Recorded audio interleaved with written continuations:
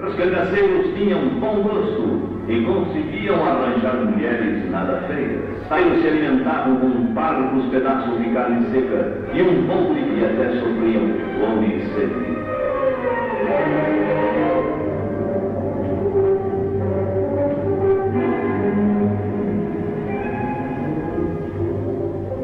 Os coiteiros de Lampião recebe a propina correspondente aos serviços de esconderijo e hospedagem que lhe prestou, e oculta sempre a face para não ser reconhecido. E prossegue o laudo ágape dos bandoleiros. Entre o blado de jornal que adquirira, dá conta Lampião das novidades do país. O cangaceiro, como sempre, deseja saber o que dizem dele.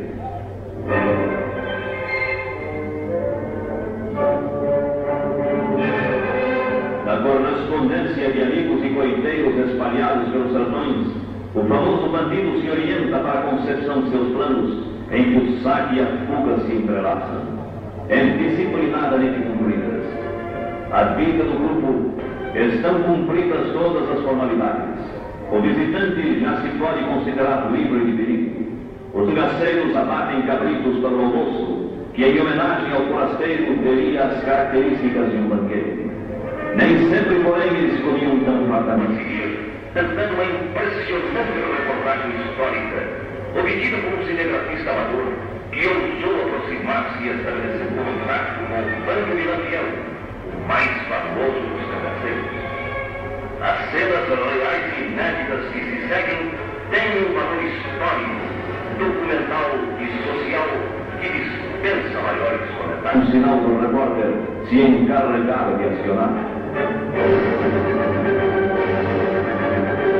Os perseguem o famoso cangaceiro? Não. É apenas um homem corajoso de militar, se tivesse nascido e vivido em outro meio.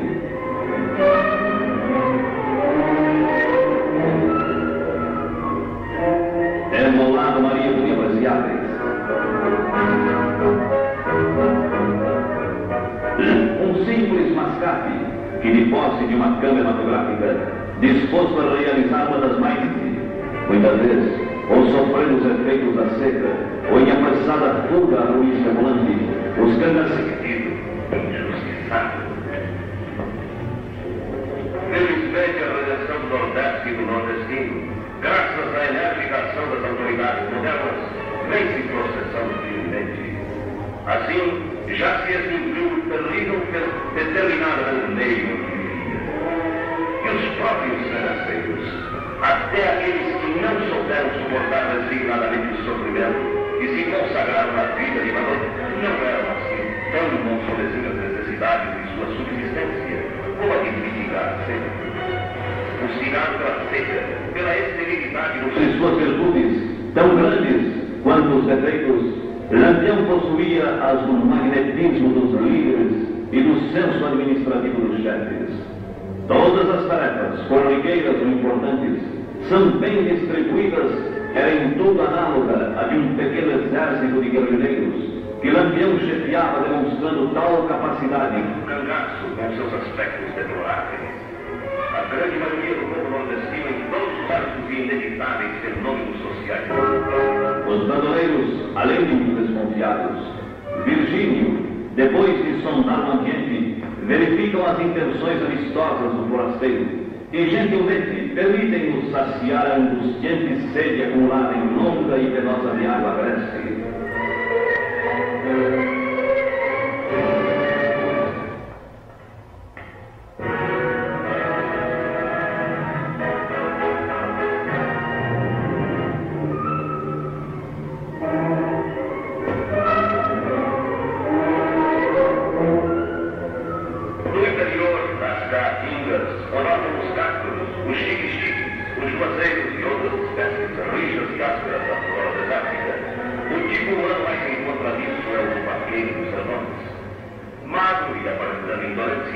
Ele logo se transforma numa estágio dos homens, sacudindo as energias que dominam toda vez que se lhe faz necessário agir com presteza. Vítima de um meio problemático hostil, onde a vida é uma constante confirmação daquele verso do genial poeta nordestino Gonçalves Dias: viver é mudar, e tendo que lutar arduamente até para satisfazer as mais santas, limitavam-se a violentar as que encontravam pelo caminho. Maria Déia, que dominava Lampião cada vez mais enamorado, conseguiu pôr cobro ao hediondo costume. Ela foi uma mulher excepcional, que até logrou fazer de Lampião um poeta nas horas vagas. Após longo tempo de convívio com Orlando, o cinegrafista despede-se. Fora muito bem tratado, considerando irrepreensível e cativante a hospitalidade do grupo. Seus cangaceiros, inúmeras vezes, inclusive desnecessariamente, cometeram toda sorte de atrocidades. Pagas para comprovação de sua morte, documentam hoje no museu uma época que felizmente já se extinguiu.